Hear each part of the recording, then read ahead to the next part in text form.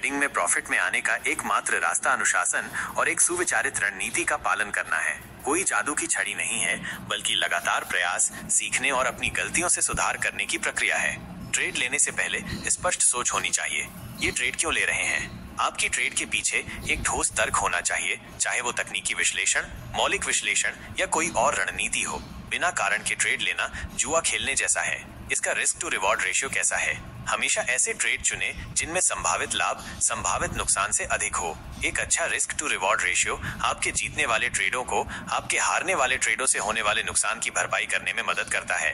क्या हेजिंग की है? यदि आप डेरिवेटिव में ट्रेड कर रहे हैं तो अपनी पोजीशन को हेज करना जोखिम को कम करने का एक महत्वपूर्ण तरीका है। हेजिंग में विपरीत पोजीशन लेना शामिल है, ताकि यदि आपकी प्राथमिक ट्रेड आपके विरुद्ध जाती है तो नुकसान सीमित हो सके। अगर ये ट्रेड उल्टा गया तो क्या मैं स्ट्रिक्ट स्टॉप लॉस रखूंगा? स्टॉप लॉस एक पूर्व निर्धारित मूल्य है जिस पर आप नुकसान को सीमित करने के लिए अपनी पोजीशन को बंद कर देंगे। अपनी ट्रेड में प्रवेश करने से पहले हमेशा एक स्टॉप लॉस सेट करें और उसका सख्ती से पालन करें, भले ही आपको लग रहा हो कि बाजार वापस आ जाएगा।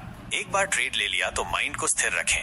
या तो स्टॉप लॉस हिट होगा या टारगेट लगेगा। एक बार जब आपने ट्रेड ले लिया है तो अपनी रणनीति पर भरोसा रखें। बीच में डरना, कॉल करना, कंफ्यूज होना, बार बार विचार बदलना, ये सब नुकसान का कारण बनता है। भावनाओं को अपने ट्रेडिंग निर्णयों पर हावी न होने दें। अपनी योजना पर टिके रहें। सिस्टमैटिक और डिसिप्लिन ट्रेडिंग, चार्ट, स्ट्रैटेजी या कोई नियमबद्ध तरीका अपनाना जरूरी है।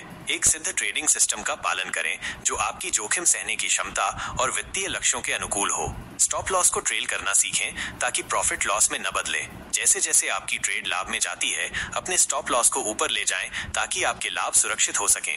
पोजीशन साइजिंग और कैपिटल मैनेजमेंट, यदि आपके पास 1 लाख रुपए की पूंजी है तो एक ट्रेड में अधिकतम 1000 रुपए का लॉस ही सहन करना चाहिए, यानी 1% रिस्क। अपनी पूंजी का उचित प्रबंधन करना दीर्घकालिक सफलता के लिए महत्वपूर्ण है। ज्यादा एक्सपोजर यानी लालच सीधे नुकसान की गारंटी है।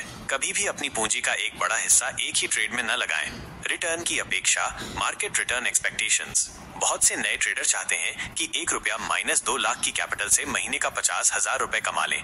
ये अवास्तविक है। बाजार से अवास्तविक उम्मीदें निराशा और खराब निर्णयों की ओर ले जाती हैं। मार्केट में 1-2% प्रति माह का रिटर्न भी बहुत अच्छा माना जाता है। लगातार छोटे लाभ समय के साथ महत्वपूर्ण रिटर्न में बदल सकते हैं।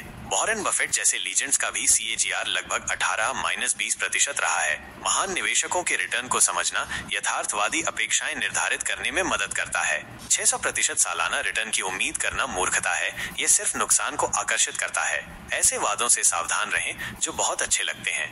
बाइंग बनाम selling, option buying vs selling. Option selling में बड़ा कैपिटल चाहिए क्योंकि theta DK, time DK option seller के पक्ष में होता है। समय बीतने के साथ ऑप्शन का मूल्य घटता जाता है, जिससे सेलर को लाभ होता है। ऑप्शन की वैल्यू समय के साथ घटती है, इसलिए अगर बाजार साइडवेज रहा तो भी ऑप्शन सेलर को फायदा होता है।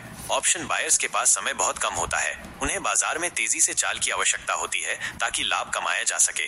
अगर बाजार अनुमान के अनुसार जल्दी नहीं चला तो पूरा पैसा जीरो हो सकता है। ऑप्शन बाइंग अत्यधिक जोखिम भरा हो सकता है। सेलिंग के रिस्क को हेज करना जरूरी है क्योंकि लॉस अनलिमिटेड हो सकते हैं। बिना हेजिंग के ऑप्शन बेचना बहुत खतरनाक हो सकता है।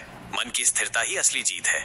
माइंड को स्थिर रखना, खुद पर भरोसा करना और सिस्टम का पालन करना, यही असली गेम है। ट्रेडिंग में भावनात्मक नियंत्रण महत्वपूर्ण है। डिसीजन लेने से पहले सोचना है, लेने के बाद नहीं। आवेगपूर्ण निर्णय लेने से बचें। अपनी योजना पर विचार करें और उस पर टिके रहें। या तो स्टॉप लॉस या टारगेट माइनस बीच का रास्ता नहीं, माइनस यही सबसे पावरफुल लाइन है। अपनी ट्रेड के लिए स्पष्ट प्रवेश और निकास बिंदु निर्धारित करें और उनका सम्मान करें। मुख्य सीख, की टेकअवेज, डिसिप्लिन और रणनीति ट्रेडिंग में सबसे ज्यादा जरूरी है। रिटर्न की अपेक्षा वास्तविक होनी चाहिए। पोजीशन साइजिंग ही असली गेम है। माइनस लॉस कंट्रोल तभी होगा। ऑप्शन सेलिंग को समझें, बिना हेजिंग के ना करें। माइंड को बार बार डाइस मत करें।